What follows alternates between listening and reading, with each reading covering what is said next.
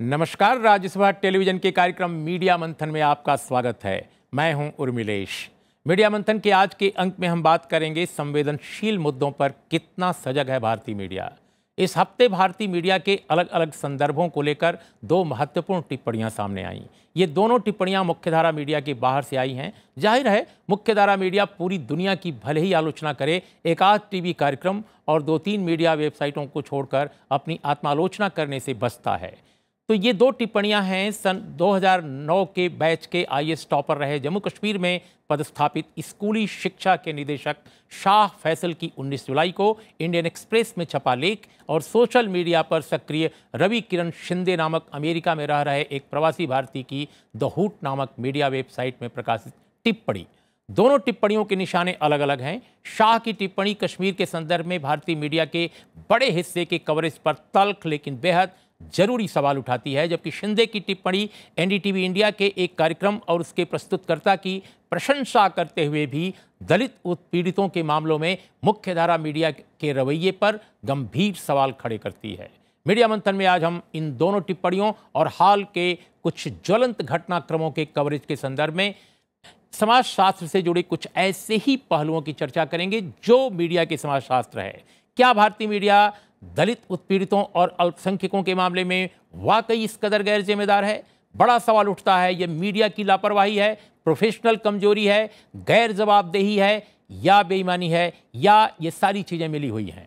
आज हमारी चर्चा में भाग ले रहे हैं वरिष्ठ पत्रकार राहुल देव, इंडिया टुडे हिंदी के पूर्व संपादक दिलीप मंडल, जेएनयू में समाजशास्त्र के प्रोफेसर विवेक कुमार और जामिया मिलिया में समाजशास्त्र के अध्यक्ष प्रोफेसर निशात कैसर। कश्मीर से जुड़ रहे हैं राइजिंग कश्मीर अखबार के प्रधान संपादक शुजात बुखारी। हम आप सबका स्वागत करते हैं और शुरुआत करते हैं दिलीप आपसे।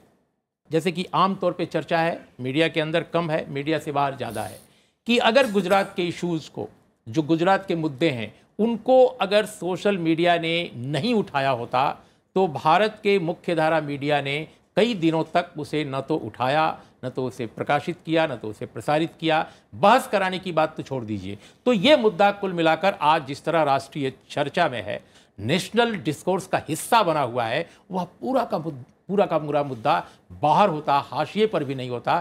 क्या आपको लगता है कि सोशल मीडिया इस तरह से मुख्यधारा मीडिया का एक तरह से विकल्प तो मैं नहीं कहूँगा, लेकिन उसको कहीं ना कहीं झकझोरने वाला बन गया है?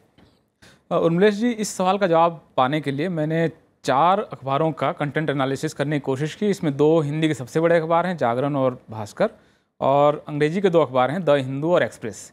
इन सारे अखबारों को देखने के बाद जो मुझे पता चला कि जागरण अखबार में 20 जुलाई तक ये गुजरात की घटना नहीं आती, जबकि 11 तारीख की घटना है। और दैनिक भास्कर में 19 तारीख तक, मतलब 9 दिन तक एक बड़ी चीज़ हो रही है गुजरात में, इसके बारे में कोई रिपोर्टिंग नहीं होती है। द हिंदू की भी यही स्थिति है। 19 तारीख को पहली बार सिंगल कॉलम में एक खबर आती है और एक्सप्रेस में 20 जुलाई को ये खबर पहले पन्ने पर आती है। एक बहुत महत्वपूर्ण टिप्पणी 21 तारीख को दैनिक जागरण ने अपने संपादकीय में की है कि सरकार गुजरात की घटना के 1 हफ्ते बाद चेती।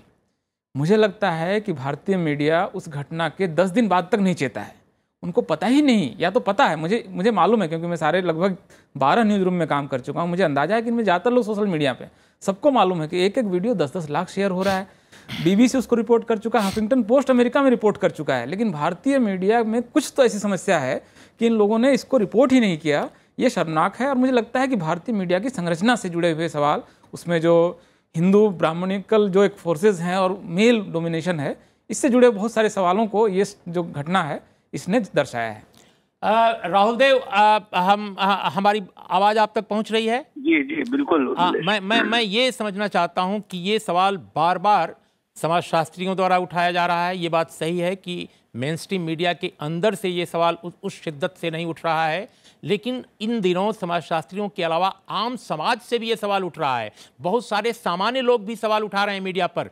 पहले ये सवाल इसलिए नहीं उठता था कि लोग शायद उतना एम्पावर्ड फील नहीं करते थे, उतनी चेतना नहीं थी। अब तो गली गली सड़क सड़क पर उठाया जा रहा है सवाल कि क्या भारतीय मीडिया दलितों के, उत्पीड़ितों के सवाल को नज़रअंदाज करता है। और जिस तरह दिलीप कह रहे हैं कि 11 जुलाई की घटना अगर 19 जुलाई तक, 20 जुलाई तक भी भारत के सबसे अधिक बिकने वाले 2 हिंदी के बड़े अखबारों में और अंग्रेजी के भी ज्यादातर अखबारों में नहीं आ रही है, प्रकाशित नहीं हो रही है, और वो घटना जो पूरे राष्ट्रीय विमर्श का आज हिस्सा है, तो क्या कहेंगे आप?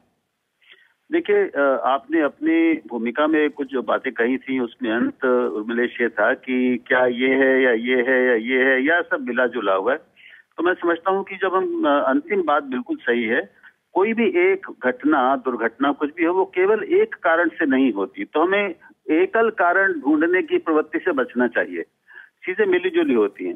जहां तक इस गुजरात की घटना का प्रश्न है, मैं ये मानता हूं और ये और लोगों भी कही है, दिलीप तो इसको बहुत दिनों से उठा रहे हैं कि भारतीय मीडिया न्यूज रूम्स के भीतर का जो उनका एक निश्चित वर्ग चरित्र है, और उसमें हमारे न्यूज रूम्स में, हमारे पत्रकारों में भी दलितों की उपस्थिति, उनकी भागीदारी, वैसे ही जैसे अल्पसंख्यकों की उपस्थिति और भागीदारी, ये जरूरत से काफी कम रहे हैं पारंपरिक रूप से। अब थोड़ी स्थिति बेहतर है, लेकिन बहुत अभी ठीक नहीं हुई है। वो संतुलन अभी नहीं आया है हमारे यहाँ वर्ग और जाति या वर्गों के दोनों के हिसाब से। तो एक तो उस स्तर पर संवेदनशीलताओं की समस्या है और उसमें कई बार चूक होती है। दूसरी चीज हमें ये याद रखनी चाहिए कि व्यवहारिक तथ्य हम सब जानते हैं कि अखबारों के लिए वो जिस क्षेत्र में पढ़े जाते हैं, बंटते हैं, वहां की प्रमुखता ज्यादा होती है। जो उनके पठन क्षेत्र से बाहर की समस्याएं और घटनाएं हैं, उन पर उनकी निगाह और तवज्जो कम जाती है। तो आप देखते हैं कि हिंदू जैसा संवेदनशील अखबार भी और इंडियन एक्सप्रेस भी, दोनों को अगर आप संवेदनशील मानिए और वो चरित्र में बिल्कुल जागरण और भास्कर से अलग है, उन्होंने भी अगर इसको देर से छापा तो इसका कुछ एक भौगोलिक कारण भी कम से कम मुझे दिखता है। नहीं, लेकिन राहुल देव माफ कीजिएगा, मैं ये समझना चाहता हूं अपने दर्शकों के लिए जी कि इन अखबारों में, इन चैनलों में, या जितने इस तरह के मुख्यधारा मीडिया के बड़े प्लेटफॉर्म, फोरम्स हैं, सब में संपादक बैठे हुए हैं, सब में मैनेजिंग एडिटर बैठे हुए हैं, ब्रांड मैनेजर बैठे हुए हैं, रिसर्च टीमें उनकी हैं, उन कई मीडिया हाउसेस के पास तो अब वेबसाइट्स भी हैं। सबके पास ये सूचना है, क्योंकि सोशल मीडिया पर यह घटना 11 जुलाई के तत्काल बाद आ गई थी। इस घटना की जानकारी सबके पास है, फिर भी ये खबर नहीं बन रही है। दिलीप मंडल यही तो कह रहे हैं। तो आखिर ये क्या वजह है? ये लापरवाही केवल तो नहीं हो सकती। देखिए, ये मेरे लिए भी थोड़ी आश्चर्यजनक बात यह है, लेकिन मैं ये कहूंगा ये एक सामूहिक चूक है और निस्संदेह चूक है, और इसको ऐसे ही दर्ज किया जाना चाहिए। राहुल जी, हम आपसे फिर आपके पास फिर आएंगे, लेकिन ये अभी हमारे साथ जवाहरलाल नेहरू विश्वविद्यालय में समाजशास्त्री हैं प्रोफेसर विवेक कुमार। वो इस विषय पर क्या सोचते हैं, हम चाहेंगे विवेक, आप कैसे, आपकी क्या राय है? मैं यहाँ पर थोड़ा राहुल जी से मुत्तफिक नहीं हूँ कि ये चूक है, क्योंकि आपको पता है भारतवर्ष में एनबीआरसी के जो डेटा है, नेशनल क्राइम ब्यूरो रिकॉर्ड का डेटा जो है, वो कहता है 47,000 घटनाएं हुई दिनों पर, और केवल गुजरात में 2014 में 1130 घटनाएं हुई। अब 1130 घटनाओं में चूक तो नहीं हो सकती, क्योंकि हमको लग नहीं रहा है कि गुजरात में कुछ असामान्य है। और जहां तक आप देखें कि लाख लोग वहां पर बुद्धिज्म कन्वर्ट करते हैं, वो भी नहीं रिपोर्ट होता है। और जब आप टेलीविजन में डिस्कशन में जाते हैं, मतलब जो बुलाए जाते हैं वहां पर एक रिप्रेजेंटेटिव के कारण, मतलब मैं अपनी प्राकृतिक अस्मिता को लेकर बता रहा हूं कि मेरी प्राकृतिक अस्मिता दलित है, और मैं वहां पर जब बुलाया जाऊं डिस्कशन में, तो वहां बैठा करके 45 मिनट तक आपसे प्रश्न नहीं पूछा जाता, और 45 मिनट तक, जिसे अवस्थी जी बोलते हैं, झा जी सुनते हैं और त्रिवेदी जी बाकायदा उसको जो है आंसर कर रहे हैं। अब मैं ये बताइए, ये कहाँ की चूक है? अगर ये वास्तविकता है तो कहीं ना कहीं ये जानबूझ करके हो रहा है। मुझे नहीं लगता है दलित चिंतक को आप बुला करके 45 मिनट तक केवल दलितों पर बात करें, और जिसे कहना चाहिए उसको आप अगर इंटरवीन नहीं करवाते हैं, तो ये चूक नहीं, ये सोची समझी साजिश है। निशात, कश्मीर का भी हमने अभी हाल देखा, लेकिन हम अभी फिलहाल गुजरात से जुड़े इश्यूज़ को ही उठाते हैं। केवल हम ये समझना चाहते हैं कि कई बार जो टेलीविज़न के बारे में ये कह रहे हैं कि डिस्कशंस होते हैं, कई बार चर्चाएं होती हैं, पहली चीज़ तो एक बड़ा टाइप सा है कि अगर प्रोफेसर विवेक कुमार जो समाजशास्त्र के वहाँ पर प्रोफेसर हैं, अगर उनको यदा कदा अगर किसी डिस्कोर्स में, किसी बहस में चर्चा के लिए बुला भी लिया गया मेन स्ट्रीम मीडिया में, तो वो दलित इशू ही केवल होगा, समाजशास्त्र के दूसरे और इश्यूज नहीं होंगे। आमतौर पे एक बड़ा टाइप सा वो है, मैंने दूसरे विद्याओं के बारे में, दूसरे अध्ययनों के बारे में, दूसरे क्षेत्रों के बारे में ये मान लिया गया है कि इनको कुछ आता जाता नहीं है। लेकिन चलिए थोड़ी देर के लिए हम ये भी मान लेते हैं कि आपने दलित इशू पर भी बुलाया, लेकिन फिर भी आप उनको बोलने का मौका नहीं दे रहे हैं। तो क्या ये समाजशास्त्र जो मीडिया का है, आप इसको कैसे व्याख्यायित करेंगे? अब 3 सवाल हो गए। पहले मैं थोड़ा सा उस पहले वाले सवाल पे कि मीडिया ने क्यों नहीं इसको उठाया, इस पर एक नहीं, उसको हम डिस्कस कर चुके हैं सर। हाँ। हम थोड़ा इस पहलू पर बात करें। देखिए, इसमें तो एक बिल्कुल जाहिर सी बात है जी, इसमें बहुत ज़्यादा सोशियोलॉजिकल डायमेंशन की भी ज़रूरत नहीं है, लेकिन है वो डीपर पहलू है।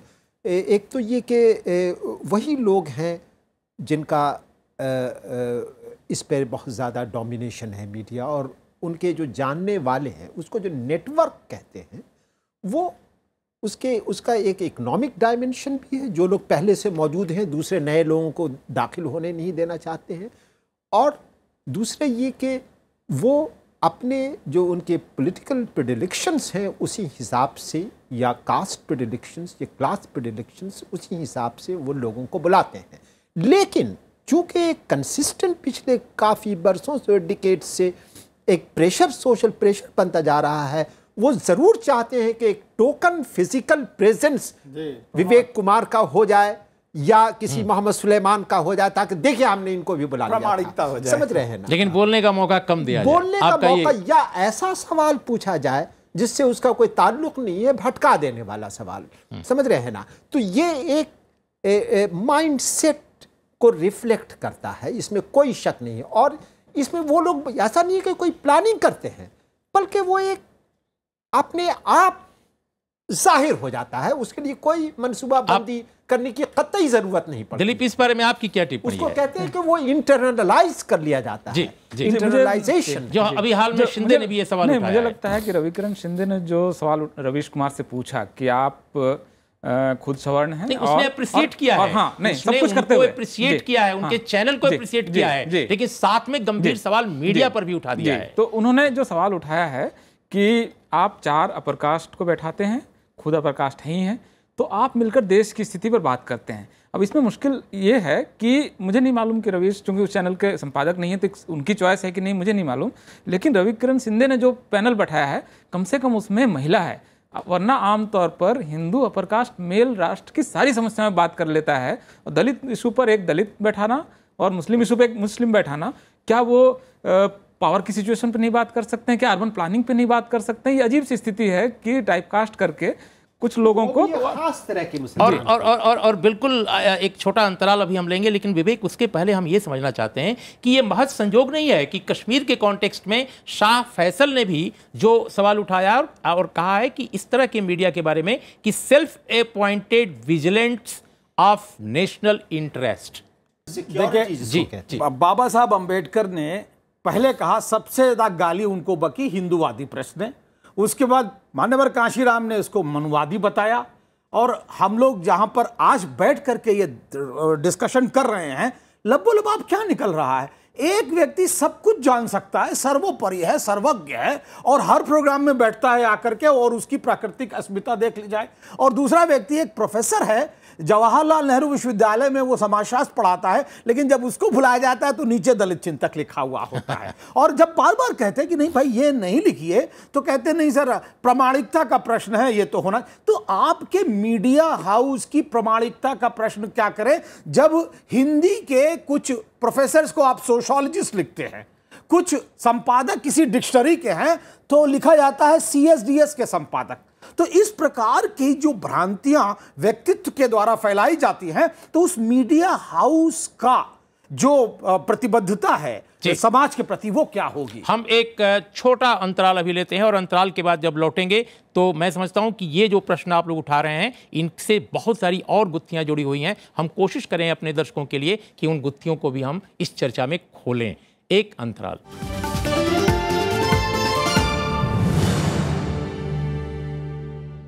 मीडिया मंथन की आज की चर्चा में आपका एक बार फिर स्वागत है। आज हम बात कर रहे हैं कि भारत में जो हमारा मीडिया है, मुख्य धारा का मीडिया, वो संवेदनशील जो मुद्दे हैं उनको लेकर कितना सजग है, कितना सचेत है, कितना ऑब्जेक्टिव है।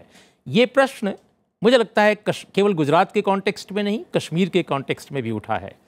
और अभी हाल में शाह फैसल साहब, जो 2009 में भारतीय प्रशासनिक सेवा की परीक्षा के टॉपर रहे, उन्होंने इंडियन एक्सप्रेस में 19 जुलाई को एक बहुत ही ज़बरदस्त आर्टिकल लिखा, between the studio and the street. मैं समझता हूं कि बहुत दिनों बाद भारतीय मीडिया के सरोकारों को लेकर, उसके पर्सपेक्टिव को लेकर, मीडिया से बाहर का कोई व्यक्ति इस नपे तुले ढंग से, इस ऑब्जेक्टिव ढंग से सवाल उठाता हो, ऐसा लेख बहुत दिनों बाद देखने को मिला है। दिलीप, हम ये आपसे समझना चाहेंगे कि बहुत संक्षेप में, क्योंकि हमारे पास वाकई वक्त कम है, कि इस तरह का लेख जो आया है जिसमें वो साफ साफ कहते हैं इंटेलेक्चुअल रेनिगेट, जिस तरह से कुछ चैनलों का नाम लेते हैं, मैं उन चैनलों का नाम नहीं लेना चाहता, लेकिन वो लेख में ऑलरेडी हैं, इसलिए कोई ऑन रिकॉर्ड है वो, पॉलिटिकल टर्नकोट्स, अपॉर्चुनिस्ट, इस तरह के वो शब्दों का इस्तेमाल करते हैं और साथ में यह भी कहते हैं कि राष्ट्रीय हितों के ये अपने को स्वघोषित ठेकेदार मानते हैं। ऐसे मीडिया से भारत को बचाना होगा। आप कैसे देखते हैं कि क्या ये बहुत ज़्यादा एक्सट्रीम पोजीशन वो ले रहे हैं, या उनके दिल का केवल एक गुबार है, क्योंकि उनको बुरहान बानी के समानांतर रखकर पेश किया गया कि ये दो हैं, आप बताइए आपका हीरो कौन है, और वहाँ ये नहीं जानते कि हालात क्या हैं। तो क्या आप देखते हैं, या ये ऑब्जेक्टिव एनालिसिस है? उन्मेश जी, मैं आपको 1968 में अमेरिका में जब रेशियल वायलेंस हुआ था, उसके फेडरल गवर्नमेंट ने एक केरनर कमीशन बनाया था। उसकी रिपोर्ट, बड़ी रिपोर्ट है, उसमें 40 पन्ने उन्होंने मीडिया पर दिए हैं, और उस रिपोर्ट में उन्होंने बताया है कि मीडिया अगर वंचितों की आवाज़ को नहीं उठाएगा तो that can lead to violence. तो ये जो समाज का असंतोष है, ये मुसलमानों का हो सकता है, दलितों का हो सकता है, आदिवासियों का हो सकता है, महिलाएं नाराज हो सकती हैं, इन तबकों की अनुपस्थिति और इनके सवालों को उठाए जाने को जिस तरह से मीडिया ने इससे परहेज किया है, ये असल में ये असंतोष है समाज का कहीं ना कहीं। और उस कमीशन ने बाकायदा कहा था कि ये रिप्रेजेंटेशन होना चाहिए, और वहाँ का मीडिया इस पर काम कर रहा है। भारत में अभी तक इस सवाल को ढंग से दरअसल उठाया नहीं गया है। शुजात बुखारी, आप हमारी आवाज़ सुन रहे हैं? जी जी जी। शुजात, मैं यही आपसे समझना चाहता हूं, चूंकि आप श्रीनगर में हैं और वहां पर अखबारों में अखबार छप नहीं रहे थे, और शायद अभी भी स्थितियां अच्छी नहीं हुई हैं। हम ये समझना चाहते हैं कि शाह फैसल के इंडियन एक्सप्रेस में छपे लेख को आप लोग कैसे ले रहे हैं? देखिए, मैं समझता हूं कि ये जो शाह फैसल है उसको उन्होंने एक तरह से पुश द वॉल जिसे कहते हैं, इन्होंने किया न्यूज चैनलों ने। उसने कोई बड़ी गलती नहीं की थी कि वो आईएएस टॉपर बन गया था, लेकिन उन्होंने जिस तरह से इसको एक काउंटर नैरेटिव के तौर के, उसके सिंबल के तौर पे बनाने की कोशिश की, एक तरफ से शाह फैसल की तस्वीर और दूसरी तरफ से बुरहान वानी की तस्वीर, तो मुझे लगता है कि वो भी मजबूर हो गया कि वो अपनी जो बड़ास है उसकी दिल की, वो उसको निकालने के लिए इंडियन एक्सप्रेस में मजबूर हो गया। और मैं हमें खुशी है कि कम से कम इंडियन एक्सप्रेस जैसे अखबार हैं अभी हिंदुस्तान में जो इस किस्म के ओपिनियन को जगह देते हैं। बात दरअसल जो हमने लास्ट टाइम भी की थी वो यही है कि जिस तरह से जिंगोइस्टिक और नेशनलिस्टिक मीडिया हमारे यहाँ पनप रहा है, और उसको अनफॉर्चुनेटली लोगों की तरफ से सैंक्शन भी मिल रही है, क्योंकि अगर लोग उनको ना देखते तो शायद वो उस तरह ज्यादा प्रोएक्टिव नहीं हो जाते। तो शाह फैसल ने बेशक 2010 में आईएएस टॉपर बनकर एक नई राह निकाली, एक नया बेंचमार्क खड़ा किया, और उसके साथ साथ कश्मीर में जो टैलेंट है उसको दूसरी तरह से उन्होंने इंट्रोड्यूस किया। लेकिन उसका ये मतलब नहीं है कि आप उसको हर बार मिलिटेंट्स के सामने खड़ा करेंगे कि कहेंगे कि मिलिटेंट का जवाब यही है। अगर शाह फैसल मिलिटेंसी का अगर शाह फैसल मिलिटेंसी का जवाब होता तो आज शायद ये सूरत हाल हमें देखने ना पड़ती कि आज 15 दिन से, जब मैं आपसे बात कर रहा हूँ 14 दिन से बल्कि, यहाँ पे कर्फ्यू नाफिज है, कम्युनिकेशन ब्लॉकेड है, लोग घरों में बैठे हैं, लोगों को खाने पीने की चीजों की मुश्किलात हैं, क्योंकि बहुत बड़ा तबका जो है कश्मीर की तकरीबन जो आबादी है सारी, उनका इतना एंगर है इंडियन स्टेट के खिलाफ। अगर शाह फैसल जवाब होता तो शायद ये एंगर नहीं होता। मैं शुजात आपसे यह भी समझना चाहता हूं कि आमतौर पे कश्मीर प्रेस में जो कमेंटेटर्स हैं, जो एडिटोरियल लिखने वाले लोग हैं, वो कहते हैं कि शेष भारत को कश्मीर के दर्द को समझना चाहिए। और आपने देखा कि नेशनल प्रेस के एक हिस्से में कश्मीर का दर्द इस बार वाकई दिखा है। हालांकि बहुत सारे लोग कहते हैं कि ये मिलिटेंसी के प्रति सिंपैथी पैदा कर रहा है, लेकिन मैं ये समझना चाहता हूं कि कश्मीर की जो आवाम है, कश्मीर का जो प्रेस है, वो शेष भारत में जो उत्पीड़ितों के असंतोष हैं, उत्पीड़ितों का जो आक्रोश है, उनके ऊपर जो दमन है, चाहे वो दलित हों, चाहे वो उत्पीड़ित समाज के लोग हों, ट्राइबल्स हों, उनके बारे में कश्मीर का प्रेस क्यों खामोश रहता है, या कश्मीर की आवाम में वो बेचैनी क्यों नहीं होती है शेष भारत की दमित उत्पीड़ित जनता या आवाम के पक्ष में उतरने की? नहीं, और उर्मिलेश जी, बेसिकली पिछले 26 साल से हम खुद ऐसी मुश्किलात में जूझ रहे हैं। हमें अपने मुश्किलात को देखने के लिए टाइम नहीं मिल रहा है। हमारी सूरत हाल इतनी खराब है यहाँ पे, हमें वहाँ पूरे भारत में एक टेररिस्ट जगह के तौर पे दिखाया जाता है। और यहाँ पे मुझे लगता है कि जब भी कुछ ऐसा होता है तो यहाँ के अखबारात में जगह मिलती है, ऐसी कोई बात नहीं है, लेकिन शायद वो कैंपेन नहीं चला पाएंगे। उस एतबार से वो मुश्किल है, क्योंकि हम एक रीजनल प्रेस है, हमारी अपनी एक लिमिटेशंस हैं, मामला डिफरेंट है।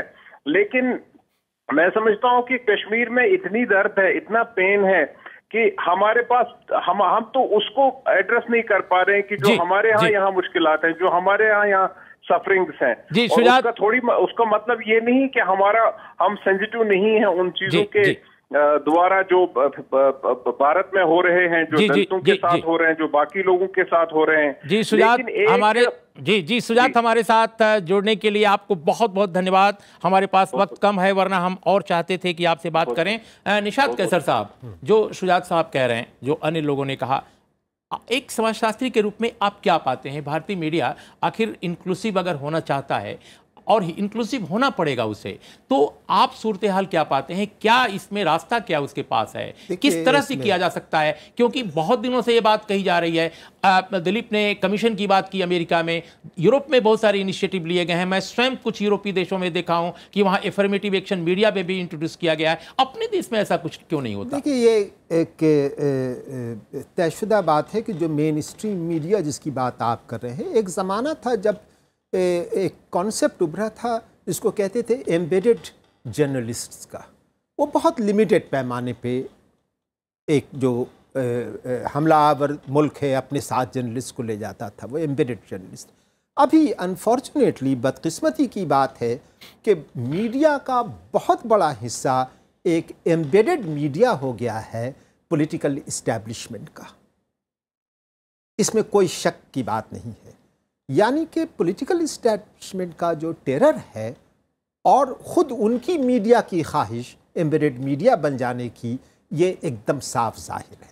अब उसमें जैसे कुछ अखबार, जैसे आपने इंडियन एक्सप्रेस कहा, ये मेन स्ट्रीम का इंडियन एक्सप्रेस, लेकिन alternative means and channels of communication जो हैं वो भी साथ साथ उभर कर सामने आ रहे हैं। जैसे सोशल मीडिया पे गुजरात के मामले को सामने रखने की बात है। मैं विवेक कुमार, आपसे ये समझना चाहता हूँ कि जो बात अभी हो रही थी, सुजात बुखारी कर रहे हैं, आप सब लोग कर रहे थे, कि भाई अंग्रेजी प्रेस में तो आप स्वयं इंडियन एक्सप्रेस का आपने नाम लिया, एक हद तक ये एफर्ट्स दिखते हैं इंक्लूसिव होने की, जिसकी चर्चा दिलीप मंडल कर रहे थे अमेरिका के बारे में। यूरोप में मैंने स्वयं देखा है बहुत जगह प्रयास हुए हैं एफर्मेटिव एक्शन के, लेकिन भारत में इस तरह के प्रयास ज़्यादा इंक्लूसिव होने के, ऑब्जेक्टिव होने के दिखते हैं तो अंग्रेजी प्रेस में ले देकर दिखते हैं, चाहे वो चैनल हो या प्रिंट हो। हिंदी, जिसका इतना विशाल पाठक वर्ग है, इतनी ज़बरदस्त उसकी पकड़ है विभिन्न क्षेत्रों पर, समाजों पर, वहाँ बिल्कुल गायब है सिरे से। ये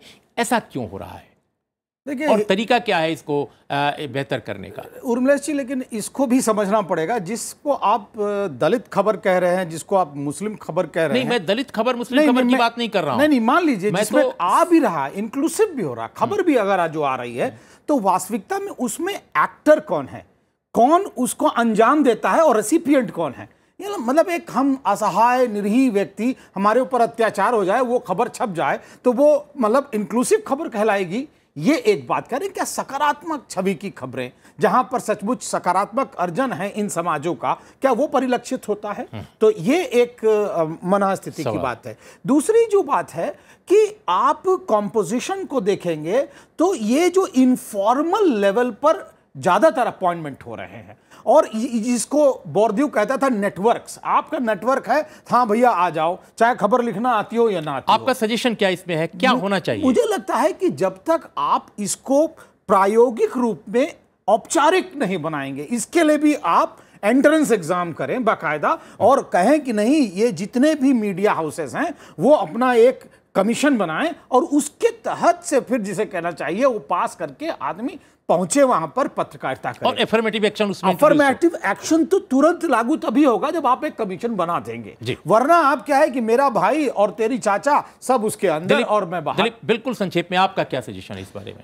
उर्मिलेश जी, मेरा सजेशन ये है कि जो अमेरिका में या यूरोप में हुआ, सबसे पहले तो सारे मीडिया हाउसेज अपने सोशल कंपोजिशन की ऑडिटिंग करके उसको पब्लिक करें, अपनी वेबसाइट पे डालें कि हमारे यहाँ इतने दलित हैं, इतने आदिवासी हैं, इतनी माइनॉरिटीज हैं, इतनी महिलाएं हैं, टोटल हमारी स्थिति क्या है। ये अपने आप में एक शर्म भी पैदा करेगा और लोगों के अंदर एक अवेयरनेस भी पैदा करेगा। शुरुआत में मेरे ख्याल से पहला स्टेप ये होना चाहिए। बिल्कुल अंतिम सवाल निशात कैसर कि क्या हमारे देश में जो कहा जा रहा है कि सोशल मीडिया मुख्यधारा मीडिया का विकल्प बनेगा, या वहाँ पर उन लोगों की आवाज़ ज़्यादा गूंजेगी जिनकी आवाज़ मुख्यधारा मीडिया में नहीं गूंजती है? क्या आपको लगता है सोशल मीडिया विकल्प है?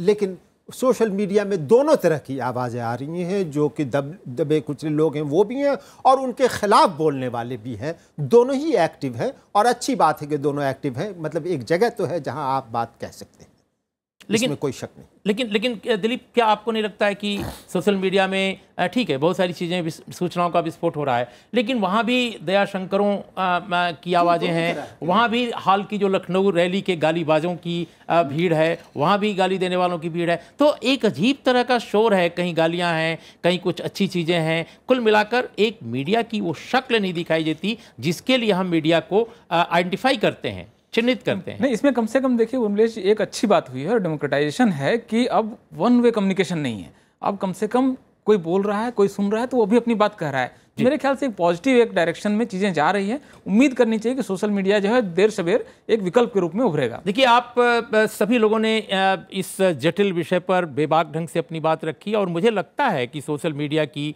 तेज़ी से बढ़ती भूमिका और ज़रूरत को आज कोई भी नज़रअंदाज नहीं कर सकता, पर वो अंततः मुख्यधारा मीडिया का पर्याय नहीं हो सकता। जहां तक मैं समझता हूं, मुख्यधारा मीडिया का दायरा ही बड़ा नहीं है, उसकी पहुंच और उसकी क्षमता भी बहुत व्यापक है। अपने को प्रासंगिक बनाए रखने के लिए उसे निरंतर जन सरोकारों के नजदीक जाना होगा, अपनी वर्गगत संकीर्णताओं को लांघते हुए उसे व्यापक मनुष्यता का पक्ष लेना होगा। उसकी विश्वसनीयता और प्रामाणिकता की मजबूती के लिए इसके अलावा मुझे और कोई रास्ता नहीं दिखता। इन शब्दों के साथ आप तीनों मेहमानों का, शुजात बुखारी साहब का, राहुल देव का बहुत बहुत धन्यवाद आज की चर्चा में शामिल होने के लिए। नमस्कार, देखते रहिए राज्यसभा टेलीविज़न।